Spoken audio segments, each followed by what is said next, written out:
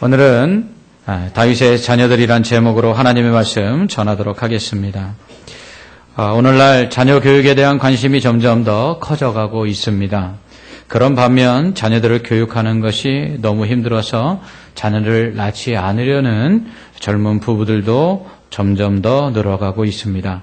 양육 비용에 대한 부담감뿐만 아니라 자녀들을 키우는 환경도 날로 어려워지고 있다는 점에서 점점 자녀를 낳지 않으려는 젊은 부부들이 늘어만 가고 있습니다. 더욱더 이기주의적으로 바뀌어가는 사회 속에서 친구가 없고 경쟁과 또 따돌림 그리고 학교 폭력과 같은 문제들이 심각한 수준에까지 이르면서 자녀를 낳지 않으려는 사람들이 더 늘고 있는 것이죠. 이것은 자녀를 가진 부모들 역시도 마찬가지입니다. 맞벌이와 같은 경제적 활동으로 인해 육아를 책임지지 못하고 있는 가운데 하나만 잘 키우자는 생각을 하게 되고 그 하나마저도 키우는 것이 쉽지 않다라고 말하고 있습니다. 지난주 이 여전도의 헌신 예배 때 말씀드린 것처럼 이제는 어느덧 할머니, 할아버지가 손주를 양육하는 시대가 됐습니다. 이런 상황 속에서 자녀 교육에 대한 걱정은 더 커져만 가고 있는 것이 사실입니다.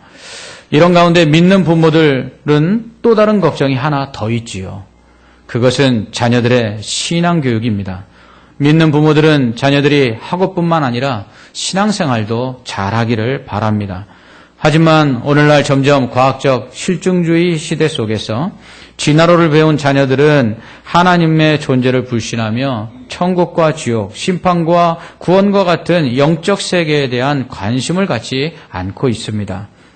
세상이 이렇다 보니 성도들의 자녀들 역시 이러한 세속적 가치관과 시대 정신에 물들어가고 있습니다. 정보화 시대의 부모들보다 더 많은 지식을 갖고 있는 자녀들은 이미 구식이 되어버린 행동 양식과 가치관을 가진 부모들에 대해서 고리타분하게 생각하며 그런 부모들이 가지고 있는 신앙 또한 구식이며 고리타분한 것이다 생각하여 부모들의 신앙을 물려받으려 하고 있지 않습니다. 비단 이것은 자녀들만의 문제가 아닙니다. 믿는 부모들 역시 이러한 세속적 가치관을 가지고 자라나는 자녀들에게 이전 신앙의 선배들처럼 신앙생활을 강하게 강조하고 있지 않은 것이 사실입니다. 그러다 보니 신앙생활을 하는 자녀들도 점점 줄어들고 있고 또한 신앙생활을 하던 자녀들 역시 신앙을 유지하지 못하고 있는 형편입니다. 뿐만 아니라 신앙 안에서 자라고 있는 믿음의 자녀들 역시 세상 사람들과 별반 다를 것 없는 구별되지 못한 삶을 살고 있는 것이죠. 실로 안타까운 일입니다. 그렇다면 어떻게 해야 하겠습니까? 어떻게 하면 우리의 자녀들을 신앙 안에서 바른 가치관을 가지고 선을 행하며 살 수 있도록 만들 수 있을까요? 성경은 태의 열매인 자녀는 하나님의 기업이요 상급이라고 말합니다. 하나님께서 우리에게 유산으로 물려주시고 우리에게 상으로 주신 것이 자녀라는 것입니다. 그런 우리의 자녀들이 믿음을 잃어버린 채 세상과 짝하며 산다면 나중에 우리가 하나님 앞에 섰을 때에 무엇이라 말할 수 있겠습니까? 그러므로 성도의 자녀는 마땅히 하나님의 말씀대로 올바른 신앙생활을 비롯하여 올바른 삶을 살도록 지도해야만 합니다. 하지만 이것이 결코 쉬운 일이 아닙니다.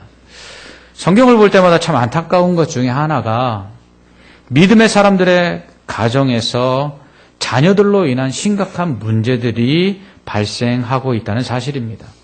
왜 하나님께서 크게 사용하신 사람인데도 불구하고 그 자녀들은 왜 그 모양일까라는 생각이 드는 사람들이 참 많다라는 것입니다. 대표적인 사람이 사무엘입니다.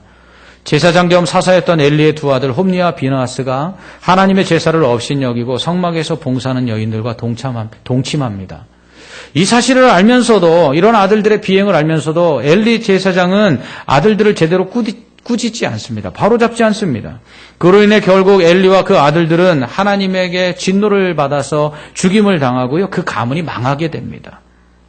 그래서 하나님께서 택하신 사람이 사무엘입니다. 사무엘은 이스라엘의 사사로서 또 선지자로서 이스라엘 백성을 하나님을 잘 섬기는 백성들로 그렇게 잘 인도한 사람입니다. 그러한 사무엘의 그 두 아들들 역시 아버지의 뒤를 이어 사사가 되는데요. 하지만 아버지와 정말 달랐습니다. 그들은 재판장으로서 뇌물을 받고 판결을 굳게 했습니다. 그로 인해 결국 이스라엘 백성들은 하나님이 기뻐하시지 않는 왕을 세워달라고 요구하게 됩니다. 이렇게 해서 이스라엘의 왕정시대가 시작되죠. 결국 선지자 사무엘의 아들들 때문에 이스라엘의 왕이 세워지게 된 것입니다.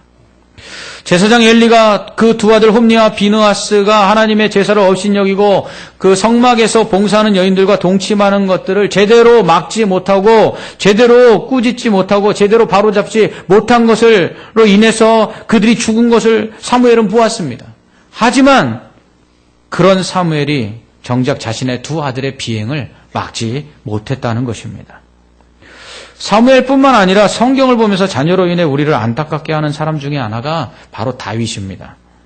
오늘 읽은 사무엘하 15장 말씀은 다윗의 아들 압살롬이 그 아버지를 모반하여서 왕위에 오르는 내용이 기록되어 있습니다. 이스라엘 역사상 가장 위대했던 왕입니다. 이스라엘 역사상 가장 넓은 영토를 차지했던 왕입니다. 비록 충신 우리아를 죽이고 밧세바를 취하였지만 그것 외에는 평생에 하나님께 순종했던 다윗입니다. 얼마나 성전을 짓고 싶었는지 전쟁에서 많은 피를 흘려서 성전을 지을 수 없다고 하자 솔로몬이 성전을 지을 수 있도록 모든 것을 다 준비해 놓은 사람입니다. 왕궁에서 첫날을 사는 것보다 여호와의 성전에서 문지기로 지내는 것이 더 좋다고 고백할 만큼 하나님의 성전을 사모했던 사람입니다. 중심을 보시는 하나님께서 다윗과 같이 내 마음에 합한 사람이 없었다라고 말씀하실 만큼 그 중심이 하나님께 향해 있던 사람입니다. 그런데 정작 왜 이런 다윗이 아들에게 배신을 당하여서 왕위에서 쫓겨나 도망을 쳐야만 하게 됐을까요? 여러분, 자녀를 잘못 가르쳤기 때문입니다. 성도의 가정이라고 해서 기도만 한다고 자녀들이 잘 되는 것 전혀 아닙니다. 기도는 기본입니다. 기도해야죠. 성도의 가정에서 자녀들을 위해서 기도하지 않는 경우는 거의 찾아볼 수 없을 것입니다. 그러나 기도만으로 우리의 자녀들이 잘 되는 것이 아님을 우리는 분명히 기억해야 합니다. 부모의 역할이 중요합니다. 우리는 흔히 자녀를 키우는 것을 자식 농사라고 합니다. 여러분, 농사 지을 때 필요한 게 뭐지요? 농사 지을 때 하늘에서 시기적절하게 비가 내려야 합니다. 하지만 그것만으로 되는 것이 아니라 농사를 짓는 농부의 지식과 또 기술과 경험이 필요합니다. 자식 농사도 마찬가지죠. 기도하여서 하나님의 은혜 가운데 자녀들에게 하나님의 복이 임해야 합니다. 뿐만 아니라 그 자녀를 키우는 부모들이 지식을 가지고 지혜롭게 그 자녀들을 잘 가르쳐야만 하는 것입니다. 위대한 선지자 사무엘도 자식 농사를 망쳤습니다. 왜 그랬을까요? 왜 위대한 왕 다윗의 집안이 이렇게 되었을까요? 기도하지 않았기 때문일까요? 아닙니다. 여러분, 사무엘은 기도를 쉬는 것은 죄라고 했습니다. 이런 기도의 선지자가 자식을 위해서 기도하지 않았겠습니까? 여러분, 눈물을 흘리며 기도했을 것입니다. 그런데도 왜 위대한 기도의 선지자마저도 그 아들들을 제대로 키우지 못한 것일까요? 위대한 왕 다윗은 왜 그 아들에게 쫓겨나서 도망을 쳐야만 했을까요? 성도는 자녀를 위해서 기도해야 합니다. 하지만 기도할 뿐만 아니라 자녀를 잘 교육해야 합니다. 자녀를 잘 교육하기 위해서 그렇다면 우리는 무엇을 해야 할까요? 오늘은 자녀 교육에 실패한 다윗을 통해서 올바른 성도의 자녀 교육은 어떠해야 하는가에 대한 말씀을 함께 나누길 원합니다. 다윗의 아들 압살롬은 아버지를 모반하여 왕자에서 쫓아낸 후에 스스로 왕이 됩니다. 아버지가 도망가면서 왕궁을 지키라고 후궁 10명을 남겨두었는데 왕궁 옥상에다가 천막을 치고 백주대낮에 이 아버지의 후궁들을 범합니다. 이렇게 한 후 아버지와 싸워 아버지를 죽이려고까지 합니다. 그가 이렇게 아버지를 모반하고 왕이 되기 위해서 4년이란 세월을 철저하게 준비합니다. 뿐만 아니라 백성들의 마음을 자신에게 돌이키기 위해서 주도 면밀하게 그 계획들을 진행해 나갑니다. 일시적인 분노 때문이 아닙니다. 치밀한 계획 속에서 아버지를 몰아내고 아버지를 죽이려고까지 했습니다. 왜 그랬을까요? 압살롬이 이렇게 된 그 밑바닥에는 아버지에 대한 미움이 가득했기 때문입니다.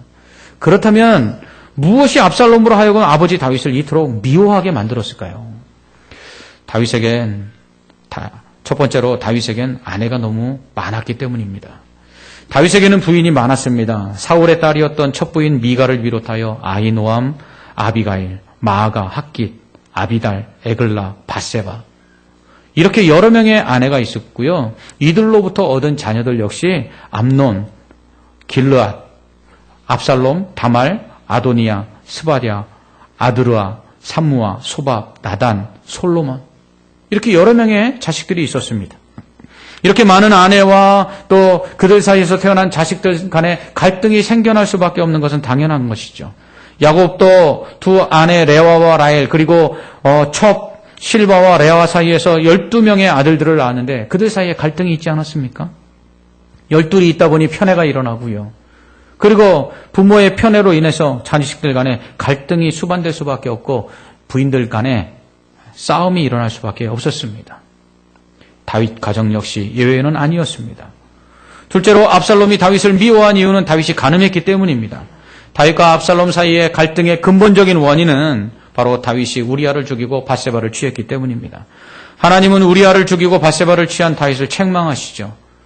그리고 그와 밧세바 사이에 태어난 아이를 죽이십니다. 뿐만 아니라 나단 선지자를 통해서 다윗의 집에서 영원히 칼이 떠나지 않을 것이다, 이렇게 저주하십니다. 이로 인해서 다윗의 집안에서 형제가 형제를 죽이고 그리고 아들이 아비를 죽이려 하는 비극이 일어나게 되는 것입니다. 또한 이러한 다윗의 간음은요, 그 아들 암논이 이복 누이인 다말을 욕보이는 사건으로 연결됩니다. 셋째로 압살롬이 다윗을 미워한 이유는 잘못한 자녀에 대한 공정한 처벌을 하지 않았기 때문입니다. 다윗과 아히노암 사이에 얻은 맏아들 암논이 있었는데 그는 차기 왕세자였습니다. 이 암논이 압살롬의 친동생이자 자신의 이복 여동생인 다말을 사랑하였습니다. 그래서 강제로 욕을 보이죠. 그런 다음에 미워하여 집으로 쫓아내버립니다. 이때 다윗은 암논에 대하여 아무런 책망도 하지 않습니다. 분명 다윗이 이 사실을 알고 심히 분노했다고 성경은 말씀합니다. 그러나 그것이 전부였습니다. 그는 잘못한 암논을 벌하지 않습니다. 이 사건은 다윗이 밧세바를 취한 다음에 일어난 사건입니다. 암논은 아버지 다윗이 우리아를 죽이고 밧세바를 취하는 것을 보면서 권세만 있으면 다 할 수 있구나라고 생각했을지 모릅니다. 그래서 자신이 왕세자라는 권세를 이용하여 이복 누이 동생인 다말을 욕보입니다. 이때 다말은 그를 힘으로 겁탈하려는 암논에게 이렇게 말하죠. 아버지에게 말씀하시옵소서. 그러면 오라버니에게 나를 줄 것입니다. 하지만 암논은 듣지 않습니다. 아버지가 권세를 이용하여 우리아를 죽이고 그리고 밧세바를 취한 것처럼 왕세자의 권세만 있으면 친히 이복 누이 동생쯤 범하는 것 아무것도 아니라고 생각했던 것 같습니다. 그 아버지가 권세를 이용하여 성적인 범죄를 저지르자 결국 그 아들 역시 잘못된 권세를 사용하여 성적 범죄를 저질렀습니다. 그런 아들에 대해서 다윗은 심히 분노했을 뿐 정당한 처벌을 내리지 않습니다. 책망조차 하지 않습니다. 율법에는요, 처녀를 욕보였을 경우에 그 처녀를 아내로 맞이하면 간음이 되지 않습니다. 처녀의 부모에게 결혼지참금을 주고 그 처녀를 아내로 맞으면 아무 문제가 되지 않았어요. 그러므로 다윗은 다말을 욕보인 암논에게 다말을 아내로 주든지 아니면 암논을 꾸짖어야만 했습니다. 그러나 아무것도 하지 않았어요. 그로 인해 다말의 친오라비인 압살롬은 아버지를 미워하게 된 것입니다. 넷째로 압살롬이 다윗을 미워한 이유는 상처받은 다말을 위로하지 않았기 때문입니다. 골로새서 3장 21절과 에베소서 6장 4절은 아비들아 너희 자녀를 노엽게 하지 말라라고 말씀합니다.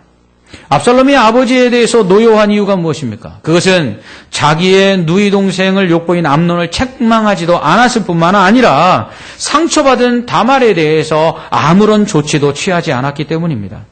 다말이 얼마나 상처를 입었겠습니까? 그런데 다윗은 그런 다말을 불러 위로하지 않습니다. 그렇게 2년의 세월이 흐르는 동안 한 번도 다윗은 다말을 만나주지도 않습니다. 압살롬은 다말의 사건이 잊혀져 갈 때쯤 암논을 죽입니다. 그것도 왕의 모든 아들들, 곧 자기 형제들이 보는 앞에서 암논을 쳐 죽입니다. 얼마나 암논이 미웠으면 형제들이 보는 앞에서 죽였겠습니까? 이는 그가 자신이 정당한 일을 행하고 있다라고 생각했기 때문입니다. 아버지가 이전에 했어야 될 일, 자기 누이 동생 다말을 욕보였을 때에 아버지가 암논에 대해서 했어야 될 일을 아버지가 2년 동안 하지 않았기 때문에 자신이 했다라는 것입니다. 그래서 형제들 앞에서 당당하게 암논을 쳐 죽인 것이죠. 암논을 다윗이 꾸짖기만 했어도, 상처받은 다말을 아버지 다윗이 보도 않고 위로만 했어도 압살롬은 형제들이 보는 앞에서 암논을 쳐 죽여 복수하지는 않았을 것입니다. 다섯째로 압살롬이 다윗을 미워한 이유는 다윗이 압살롬을 온전히 용서하지 않았기 때문입니다. 이렇게 암논을 죽인 압살롬은 구술랑 아미홀의 아들 달메에게로 도망을 칩니다. 정치적 망명이죠. 구술로 도망친 압살롬은 거기서 3년을 지내게 됩니다. 그동안 다윗은 압살롬을 부르지 않습니다. 하지만 이 3년의 시간이 흐르면서 죽은 암논에 대한 위로를 받은 이 다윗은 이 압살롬을 그리워하게 됩니다. 이것을 한 군대 장관 요압이 구시를 만들어 다윗으로 하여금 압살롬을 다시 예루살렘으로 돌아오게 만들지요. 하지만 예루살렘으로 돌아온 압살롬을 다윗은 만나주지 않습니다. 오히려 그의 집에 머물게 하여 물러가서 내 얼굴을 다시는 볼 수 없게 하라, 이렇게 명령을 내립니다. 이렇게 또 2년이 지납니다. 비록 예루살렘으로 돌아왔지만 아버지가 만나주지 않자 압살롬은 자신을 구술에서 돌아오게 한 군대 장관 요압을 불러옵니다. 나로 하여금 아버지를 만날 수 있게 해달라. 하지만 요압은 이러한 압살롬의 요구에 오지도 않습니다. 화가 난 압살롬은 요압의 밭에 불을 질러버리죠. 자기 밭에 불이 나니까 그제서야 압살롬을 찾아온 요압은 왜 남의 밭에 불을 질렀냐고 이야기합니다. 그때 압살롬이 이렇게 이야기합니다. 당신 때문에 내가 구술에서 돌아왔는데 왜 내 아버지를 만날 수 있게 안 해줍니까? 그제서야 요압은 다윗에게 찾아가 아들 압살롬이 아버지 다윗을 만나고 싶다고 전합니다. 이에 다윗이 압살롬을 만나주지요. 그리고 입맞춥니다. 하지만 이미 때는 늦었습니다. 압살롬의 마음에는 아버지에 대한 미움이 가득했습니다. 그렇게 4년이 지난 뒤 압살롬은 치밀한 계획 속에서 아버지를 모반하여 왕위를 찬탈합니다. 여섯째로 압살롬이 다윗을 미워한 이유는 다윗이 자녀에 대한 사랑을 제대로 표현하지 않았기 때문입니다. 옛날 분들 이렇게 말씀하십니다. 사랑은 마음으로 하는 거지 꼭 입으로 이야기해야 하나. 하지만 요즘 사람들 그렇지 않습니다. 요즘 사람들은 표현하지 않는 사랑은 사랑이 아니라고까지 말합니다. 다윗은 압살롬에 대한 사랑을 표현하지 않습니다. 그가 암논을 죽이고 구슬로 도망쳤을 때에도 그가 그리웠지만 그러나 그를 부르지 않습니다.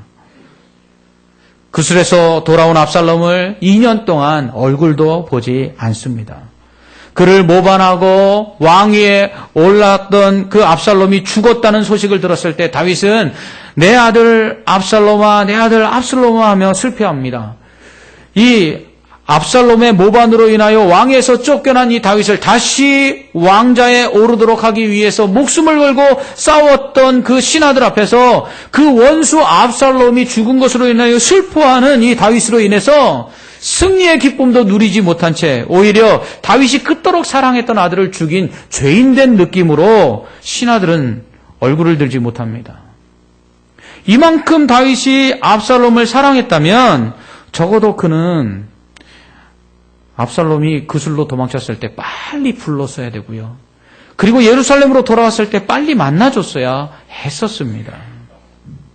그러나 사후 약방문이요, 소 잃고 외양간 고친다는 식으로 죽은 다음에야 내 아들 하고 부르면 뭐 하겠습니까? 압살롬이 살아있을 때 다윗이 한 번이라도 그 아버지로서의 사랑을 표현했다면 여기까지 오지는 않았을 것입니다. 이렇게 자신의 누이 동생을 범한 암논을 책망도 처벌도 않고 다말을 암논에게 아내로 주지도 않았을 뿐만 아니라 그 상처를 위로하지도 않고 자신을 진정으로 용서하지도 않으며 자신에 대한 사랑을 표현하지 않았던 아버지 다윗을 미워하는 압살롬은 4년이라는 세월 동안 철저하게 아버지를 배반하여 아버지의 왕위를 빼앗을 계획을 세우고 그것을 진행합니다. 그는 재판을 받으러 오는 백성들에게 다윗이 그들을 재판해 줄 재판장을 세우지 않았다면서 자신이 재판을 해줍니다. 그러면서 자신에게 엎드려 절하는 사람에게 오히려 손을 잡아 일으켜 세우며 임무를 마쳤습니다. 그러자 백성들은 야, 임금님 뭐 하는 거야? 우리들의 억울한 사정을 들어주지도 않네. 그런데 압살롬은 우리의 억울한 사정을 들어줄 뿐만 아니라 올바르게 재판을 해주니 야, 진짜 압살롬이 최고야. 4년 동안을 철저하게 이렇게 백성들의 마음을 훔치기 시작합니다. 그리고 4년 뒤 아버지에게 말하지요. 헤브론에 가서 하나님께 서원한 것을 지키려 합니다. 이러고서는 헤브론으로 나아갑니다. 이 헤브론은 유다 지파의 중심 도시입니다. 다윗이 사울의 왕가 때문에 온 이스라엘의 왕이 되지 못했을 때에 유다 지파만을 가진 유다 지파의 왕으로 7년을 지내게 되는데 이때의 왕으로 처음 세워진 도시가 헤브론입니다. 유다 지파의 핵심 도시죠. 이곳으로 가서 그가 백성들의 마음을 훔쳤고 유다 지파의 마음을 훔쳐서 그들을 모아놓고 전국의 전령들을 보내 봉기를 합니다. 그래서 아버지를 배신하고 왕이 되지요. 이 소식을 들은 아버지 다윗이 도망을 치게 됩니다.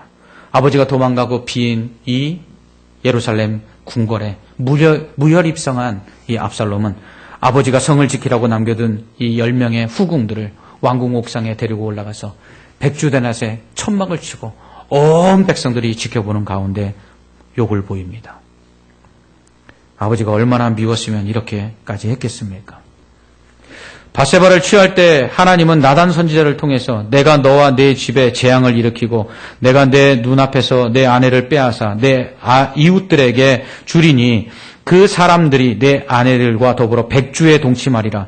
너는 은밀히 행하였으나 나는 온 이스라엘 앞에서 백주의 일을 행하리라. 이렇게 저주하셨습니다. 결국 그 저주가 그대로 이루어진 것이죠. 이처럼 하나님의 마음에 합하였던 다윗은 자녀 교육에 실패했습니다. 맏아들 암논은 누이 동생 다말을 범하고 압살롬은 형 암논을 죽이고 아버지의 후궁들을 백주대낮에 범합니다. 이는 다윗이 많은 아내를 두고 그들 사이에서 낳은 많은 자녀들 때문이었지요. 그렇게 많은 아내가 있음에도 불구하고 간음을 합니다. 자녀의 잘못을 공정하게 처벌하지 않았습니다. 잘못한 자녀를 온전히 용서하지 않았습니다. 상처 입은 자녀를 위로하지 않았습니다. 자녀에 대한 사랑을 표현하지 않았습니다. 이것이 결국 위대한 다윗 왕도 결국 그 자식 교육에 실패한 원인이었습니다. 그러므로 우리는 다윗을 통해서 믿음의 가정에서 믿음의 자녀들을 어떻게 양육해야 될지에 대한 교훈과 지혜를 몇 가지 얻을 수 있습니다. 첫째는 성도의 가정은 부부간에 사랑이 있어야 합니다. 부부간에 금슬이 좋아야 하죠. 남편은 아내를 그리스도가 교회를 사랑하여 십자가에 달려 죽은 것처럼 아내를 위해서 죽어야 합니다. 아내는 그 교회가 그리스도께 복종하듯 남편에게 복종해야 합니다. 성경은 일부 일처제를 가장 이상적인 결혼으로 인정합니다. 성경이 일처 다부제를 인정하는 것처럼 보이지만 성경에 나오는 인물 중 2명 이상의 아내를 두고 그 가정이 평안했던 사람은 거의 없습니다. 결국 많은 아내로 인해 그들 사이에서 태어난 자식들은 어머니가 아버지의 사랑을 받는지 못 받는지를 보면서 자라게 됩니다. 그런 가운데 아버지의 사랑을 받지 못하는 자신의 어머니를 보며 아버지에 대한 미움을 키워가는 것이죠. 이것은 아내와 남편이 각각 한 사람씩인 일부 일처의 가정에서도 마찬가지입니다. 아버지에게 사랑받는 어머니, 어머니에게 사랑받는 아버지를 보면서 자녀들은 부모를 사랑하게 되고요. 형제를 사랑하게 됩니다.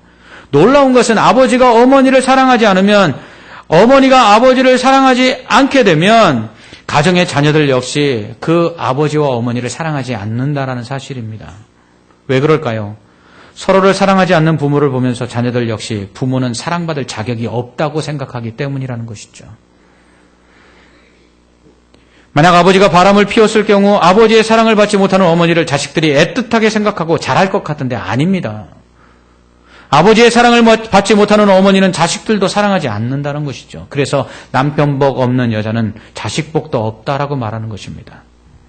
어머니가 아버지와 자식들을 버리고 가치를 한 경우 자식들이 아버지를 생각할 것 같은데 그렇지 않습니다. 어머니의 사랑을 받지 못하는 아버지 역시 자식들이 사랑하지 않습니다. 그러므로 부부가 서로 사랑할 때 자식들도 부모를 사랑하고 또한 형제간에 서로 사랑하며 우애를 갖게 되는 것입니다. 그러므로 불륜을 저질러서는 안 됩니다. 간음하면 안 됩니다. 간통죄가 폐지됐습니다. 그렇다고요? 간음이 정당한 것 절대로 아닙니다. 세상 법보다 더 무서운 하나님의 법은 여전히 간음이 죄라고 정죄하고 있습니다. 십계명은 간음하지 말라고 하실 뿐만 아니라 내 이웃의 아내를 탐내지 말라라고 분명히 명령합니다. 부모가 불륜을 저지른 경우, 그래서 관계가 깨어진 경우 대부분의 자녀들 역시 불륜을 저지르거나 결혼한 후에 그 가정이 깨어지는 확률이 높다라고 통계가 나와 있습니다. 내 가정을 지키기 위해서 부부의 대의와 정절을 지켜야 할 뿐만 아니라 그것이 자녀들의 결혼 생활과 그리고 결혼한 후에 자녀들이 그 가정을 지키는 보루임을 잊지 말아야 합니다. 둘째로 성도의 가정은 편애가 없어야 합니다. 10손가락 깨물어서 안 아픈 손가락 없다라고 말하지만 그러나 덜 아픈 손가락이 있고요. 더 아픈 손가락이 있더라고요. 자식은 절대로 편애해서는 안 됩니다. 이삭과 리브가가 에서와 야곱을 각각 편애하지요. 이러한 편애는 형제간의 갈등을 야기하고요. 아버지를 속이고 형을 속이는 일이 발생하게 됩니다. 평생의 원수로 살아서 형이 동생을 죽이려고까지 합니다. 또한 야곱 역시 이렇게 편애를 받고 자라서는 그 12아들들 중에 요셉을 편애합니다. 이 야곱의 요셉에 대한 편애는 형제간의 우애를 깼고요. 결국 가장 사랑하는 아들을 그 아들들이 팔아버리는 비극을 겪게 됩니다. 부모의 편애는 자식들에게 큰 상처를 입힙니다. 그리고 이러한 편애는 대물림이 됩니다. 모든 자녀에게 공평해야 합니다. 해줄 거면 다 해주고요. 안 해줄 거면 다 안 해줘야 합니다. 공정해야 합니다. 그럴 때 우리 자녀들이 다 부모를 공경하고 사랑하며 형제간의 우애가 있게 되는 것이죠. 진정한 부모의 사랑으로서 하나님의 사랑을 가르쳐줘야 합니다. 세 번째로 성도의 가정은 잘못에 대한 정당한 처벌과 또한 용서가 있어야 합니다. 잠언 13장 24절은요. 매를 아끼는 자는 그의 자식을 미워함이라 자식을 사랑하는 자는 근실이 징계하느니라 라고 말씀합니다. 여러분 예쁜 자식에게 매 한 대 더 때리고요. 그리고 미운 자식 떡 하나 더 준다는 말이 있습니다. 요즘 부모들이요. 자녀들을 아낄 줄은 아는데요. 사랑할 줄 모릅니다. 왜요? 제대로 훈계하지 않기 때문이죠. 자녀들의 도덕성은요. 부모가 정당하게 잘못을 꾸짖고 처벌할 때 생겨나는 것이에요. 그렇기 때문에 부모가 혼내지 않는 아이들은 옳고 그름에 대한 기준이 없게 됩니다. 여러분 바늘도둑이 왜 소도둑됩니까? 부모가 바늘을 훔쳐왔을 때 혼내지 않았기 때문이에요. 요즘 노키즈존이라고 쓴 카페나 음식점들이 점점 늘고 있다고 합니다. 아이들 데리고 들어오지 말라는 것이죠. 정말 과간이더라고요. 음식점에서 아이들이 뛰어다니고 소리를 질러도 부모들이 아무 소리 안 합니다. 오히려 제재하면 돈 내고 들어왔는데 왜 그러냐고 훨씬 더 큰 소리 칩니다. 그러다 다치면 배상하라고 하지요.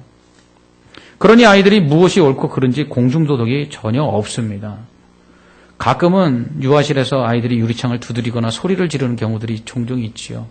이때 부모들 아이들에게 조용히 시켜야 합니다. 그것은 하나님께 바른 예배 자세를 가르치고 함께 예배드리는 성도들을 배려하는 도덕성을 기르도록 가르치는 것입니다. 아이들이 예배드리러 왔는데 소리 지른다고 뭐라 한다고 할 것이 아니라 옳은 것을 가르쳐야 하는 것이죠. 그리고 잘못했을 경우에 정당한 처벌과 함께 온전한 용서를 해줘야 합니다. 그럴 때 아이들은요, 무엇이 옳고 그른지를 배울 뿐만 아니라 거짓말하거나 핑계를 대고 변명하지 않는 아이로 정정당당한 아이로 자라게 됩니다. 아무리 정당한 처벌이 내려진다 해도 진정으로 받았다고 생각하지 않으면 그 처벌이 정당함에도 불구하고 벌 받는 게 싫어서 자꾸 변명을 하게 되고요. 핑계를 대게 되고요. 그리고 자신의 잘못을 인정하지 않는 아이로 바뀌어지게 되는 것이죠. 예수 그리스도의 사랑이 무엇입니까? 용서입니다. 하나님께서는 우리를 책망하시기도 하지만 하나님은 우리를 더 사랑하셔서 용서해 주시는 분이십니다. 그러므로 공의의 하나님은 우리를 징계하시나 또 우리가 회개하면 우리를 완전히 용서해 주세요. 그래서 우리의 죄를 기억지도 아니하신다고 말씀합니다. 그러므로 부모는 자녀를 책망하고 그리고 그 자녀를 바로잡을 때 또한 그 마음에 온전한 용서가 있어야 합니다. 넷째로 성도의 가정은 상처받은 자녀에 대한 위로와 치유가 있어야 합니다. 그리고 이러한 위로와 치유는 말과 행동으로 표현돼야 합니다. 자녀들은요, 그 누구보다 부모로부터 위로받기를 원합니다. 왜냐하면 부모의 위로는 자녀들에게 최고의 격려가 되고요, 최고의 응원이 되기 때문입니다. 이러한 부모들의 그 위로는요, 말로 표현돼야 되고요, 행동으로 나타내야 됩니다. 그래서 부모는 자주 사랑한다, 할 수 있어, 잘 될 거야, 힘내, 아빠와 엄마는 내 편이야, 널 믿어, 내가 있어, 우리는 행복하다, 이런 말을 자주 해야 합니다. 그리고 자주 포옹하고 입맞춤해 줄 필요가 있습니다. 사랑은 마음만으로 하는 것이 아닙니다. 흔히 그렇지요. 말 안 해도 사랑은 다 아는 것 아니냐고. 여러분, 전혀 그렇지 않습니다. 하나님도 우리를 사랑하신다는 그 사랑을요, 예수 그리스도를 십자가에서 죽이심으로써 나타내 보여주셨어요. 그래서 우리는 그 하나님의 사랑을 십자가를 통해서 아는 것입니다. 자녀들을 사랑하십니까? 말로만 하지 마시고요, 행동으로 또 보여주시며 사랑을 자꾸 표현하시기 바랍니다. 마지막으로 부모된 성도는 하나님 앞에서 거룩하게 살아야 합니다. 다윗 집안의 비극은요, 다윗이 우리아를 죽이고 밧세바를 취했기 때문에 시작됐습니다. 부모가 거룩해야 합니다. 부모가 죄짓지 말아야 합니다.